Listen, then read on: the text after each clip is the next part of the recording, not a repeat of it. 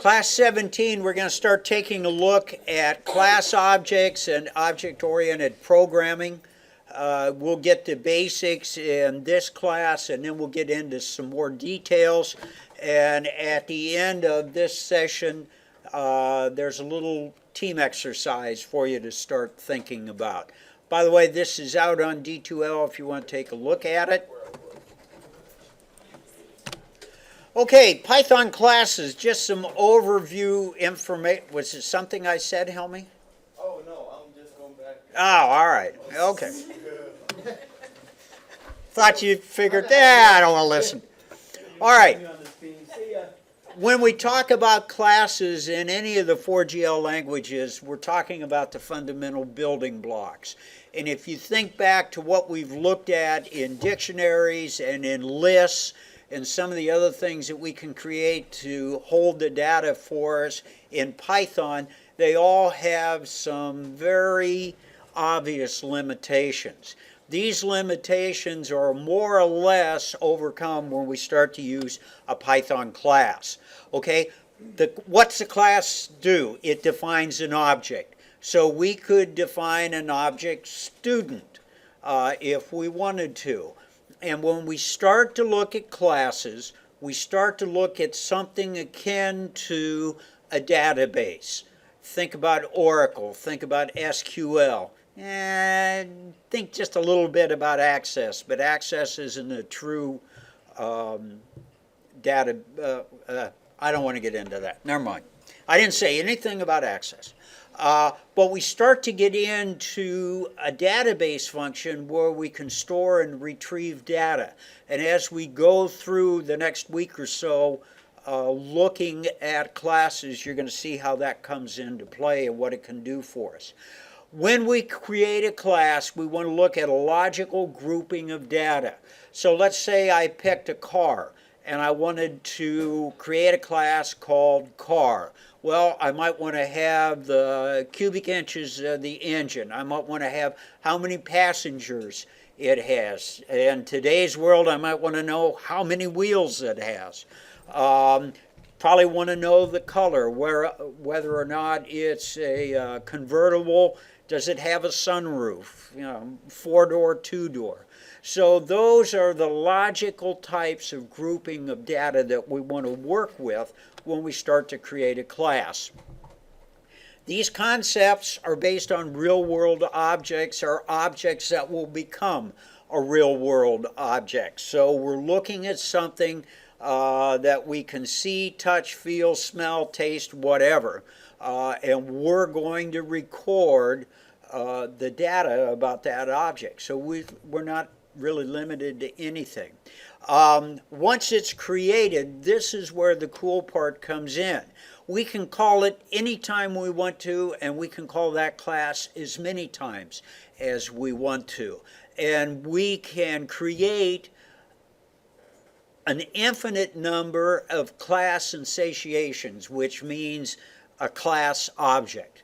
So as an example, if our class would be the students in scripting, and we've got 16 in the class now, we could create 16 class objects called students. We'd only have to define it once, and then we just fill in the blanks, if you want to think about it that way. So it becomes a very, very useful tool for us. And once we've recorded that data, we can manipulate the data, and we can also go in and find out a whole lot of information about that class. As an example, and this may be hard to read, and I'm just using it as some of the things that we can do. I keep harping on you about putting definitions about what your modules do or what your scripts do. Actually, within a class, we can pull that data out with a statement called doc. By the way, those are double underbars on the front and the back side of each one of these. So that doc information, if you put a definition of your class in, can be called and printed out to tell the end user what that class does when you get started. So it's a very useful tool. Come on, move. The next one, dictionary and name. Dictionary will tell us about the namespace and any of the attributes that are available within that class. Name is going to be the name of the function that we're working with. And then the other example is the module. If we're creating the class with a module, it'll tell us the module name that we're going to work with. So classes, very, very robust for us. Once you get one developed and you're comfortable with how it's operating, it's recording the data you want it to record, you can run that class forever. Now, one of the problems that we have is that as we create objects within the class, we start to tie up the memory on our computer. In the scripting class, we're not going to make or scripting course, we're not going to make a class that's going to have much more than maybe 25 or 30 objects. But if we're creating a class, as an example, in cyber, where we're pulling off IP addresses or we're pulling off usernames and locations, we're going to get to a class that may contain several thousand or several million different objects. And as we start to get that many objects, it starts to affect the memory that we have on our machine. So Python has a way to fix that, and that is called the garbage collector. And the garbage collection within Python classes helps us keep the memory free of objects that we're not using anymore. So it runs automatically once you define a class, and as I said, it's going to free up your memory. Now, when you're talking about a 36 gigabyte machine or a 48 gigabyte machine, you're going to have to go a long way to fill that memory up, but Python will go through and take care of that for you. The program runs periodically, and it will change as the number of aliases or as the number of class objects that you've created changes. So let's say we create a class object called Helmy, and then Helmy decides he doesn't want to be in the class anymore. So we'll delete that object.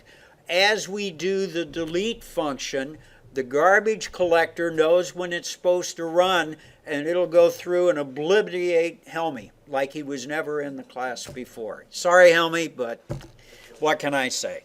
But when you're working with a large amount of data within the class, that can be something that works very well. If we have 5 instances like the example we're going to do today, if we just have 5 instances of the class, it probably will not run the garbage collector until the program's ready to finish. So it maintains a good balance. Also, we have something within that garbage collector called the delete method, double underbar, del double underbar. And what that will do, is go through and tell you what the garbage collector has deleted and let you see all the information that's gone or that's about to be gone. So that it's kind of a good idea that you run that if you want to make sure that you have all your class material.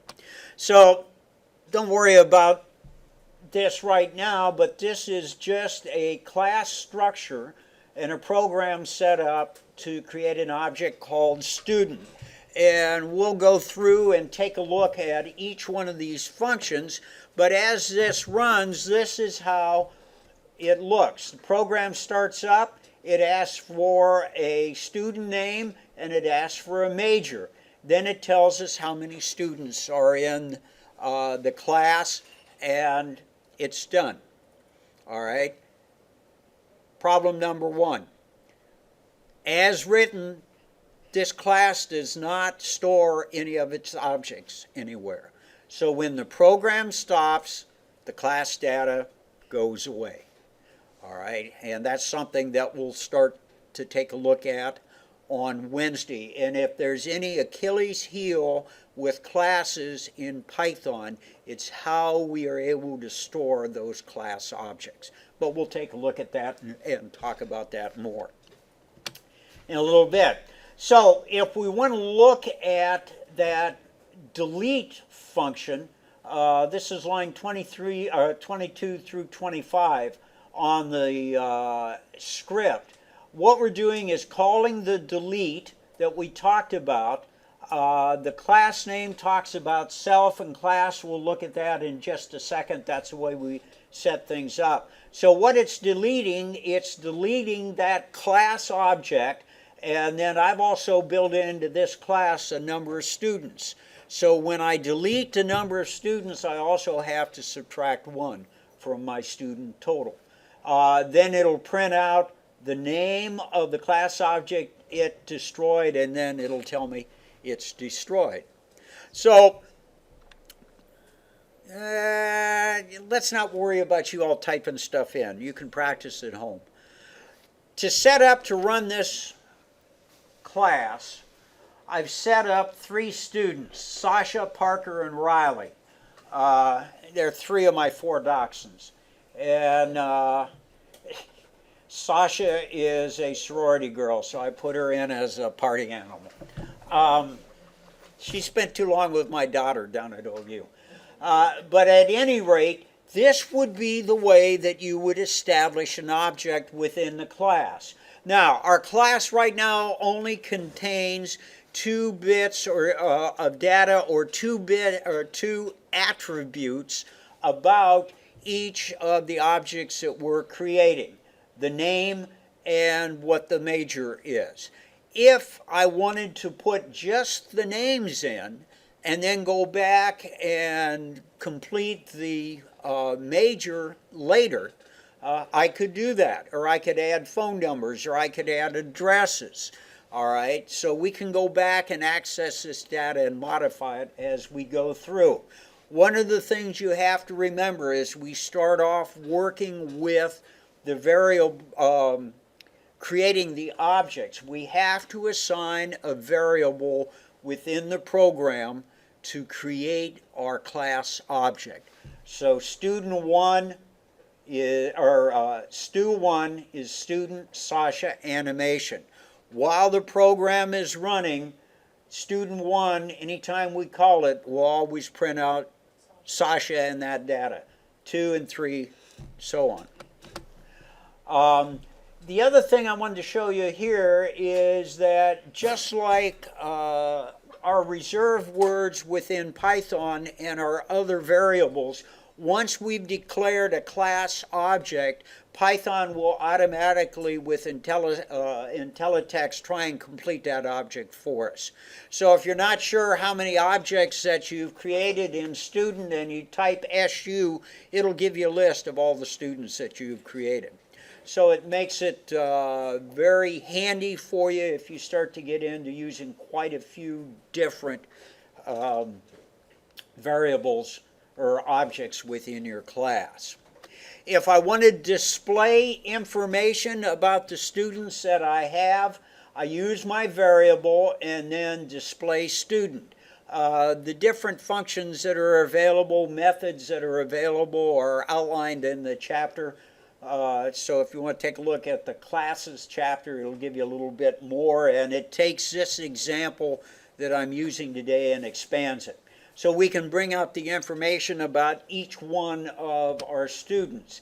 The other thing we can do is I've set up a count within the class to count for the student, or count the students that we have. And you can see how we would call that, again, using the format function that we've used all the way through. I want to back up here and let's look at that main program again. And here's how this is set up. This is just a normal header that we would have. Class, like a module, is usually put at the beginning of a script that you're creating. Or, like a module, it could be a standalone script that we would call, just like we did with the airplane. By the way, you all made very good scores on that airplane project. Very proud of you. First thing we have to do, I prefer you do, is define what your class does. So in line 8, we've got common base class for all students. This, if I would type in student underbar doc, that's what would print out. So we can always go through and see what we've designed. Or if you want to put some special guidance in the class, to call and print out anytime an end user calls that class, you can put it right in there and it'll print out. Here I've declared the variable student count. And what's unique about this is that it initializes the first time that the class is called. And then I can call the class as many times as I want to, and I can add to that student count. It won't reinitiate it back to 0. Same with lines 11 through 14, where I define the class. This says initialize this class. It's only done one time, all right? We have self, which refers to the class, and then we have name and major. So the way we would set it up is that when we call student, remember we put in a name and a major. So the self name, the class name, would be the name that's sent to it. The self major would be the major that's sent to it when we call the class. All right, and then notice I've got the student count equals 1. Here we can display the count, which we saw before I backed the slides up. Here we display all the information about the students, and then this is just the program that runs it. What do you notice about the actual class that might surprise you? What's the class composed of? Yeah, say it louder. Functions. Functions. Correct. The class is composed of functions, modules, if you will, and that's how we define it. So what we are creating is a list of modules that will help us define an object that we can program with. If you look at C#, C++, Perl, PHP, some of the other ones, all of the 4GL languages get involved with object-oriented programming. So that's something that you want to become very comfortable with.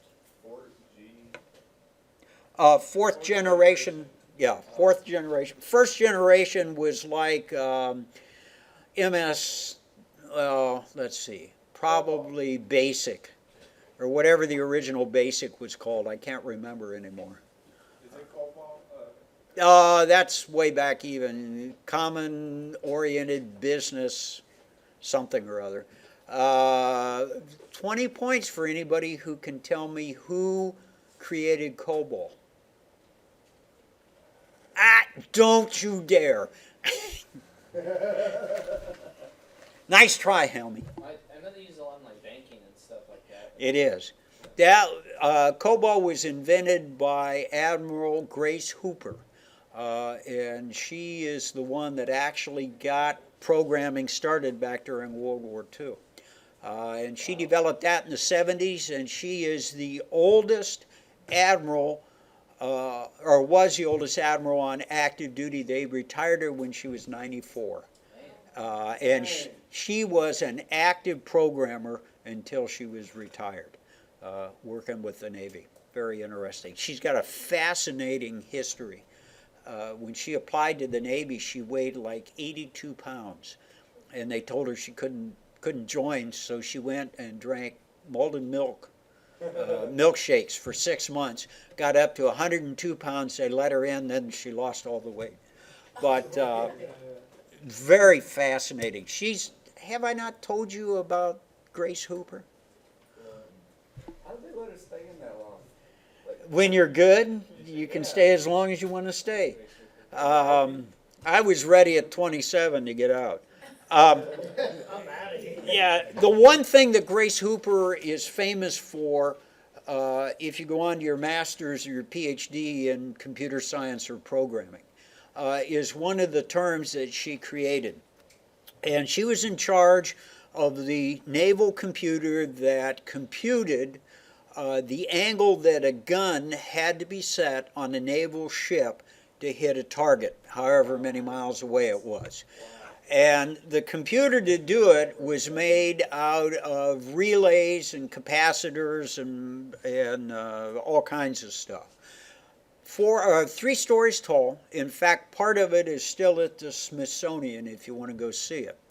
And Grace was working the graveyard shift, and she came in, and the computer was down. And one of the relays had shorted out. So they started on the first floor and went to every relay in the system and had to check it. And so they got halfway through the second floor, and they found out a moth had flown in through the open window, no air conditioning, in the spring in DC apparently, and landed in the relay and shorted the relay out. And so they replaced the relay, they took the moth out, and Admiral Hooper had to account for all the downtime on the computer. So she wrote in her log a term that we all use today. Spent half the night debugging the computer. No way. Way. That's where it came from. So anyway, quite the lady, quite the mathematician, and literally debugging. Yeah. Hopefully, I've seen a couple computers with so many roaches in it. I just walk away from those. I digress. Let's go on. Back up to slide 17. So we're displaying information about the students. We can display the information about the total. And this is that actual program that we just looked at when it was run. We're printing off each of the student objects that we've created. Notice we've had 3. We're going to take Riley, the zoology major, destroy Riley, and now our student count is 2. You destroyed Riley. Destroyed Riley. Poor guy. Here is the code. We talked about the document name and finding documentation out that you put in and the name. And so you can look at that down here after we destroyed poor Riley. There's the actual comment that we put right after we declared the class, and then the name of the class is student. Well, the name thing is a little bizarre to me. You have to know the name of the class to use .name, which is going to tell you the name of the class. I think the California Python programmers came up with that one. I'll explain it when the recorder's off. Also, we can get into the date if we want to. Import GC. GC is the garbage collector that we talked about, and we need to import that. It is a module within the library, and then we can work with it, and we can look at the different objects as we talked about, and check in the textbook, it'll explain more of that. I wanted to give you a few minutes at the end to handle this.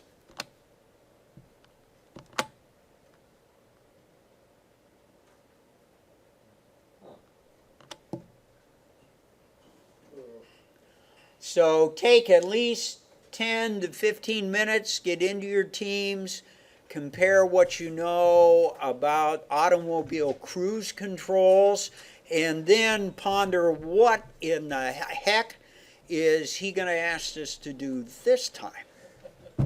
Question? You want us to write any of this down? Nope. Oh, well, if you want to write it down, you can write it down. For the class at home, you each get to work on this project individually. More will come on the website.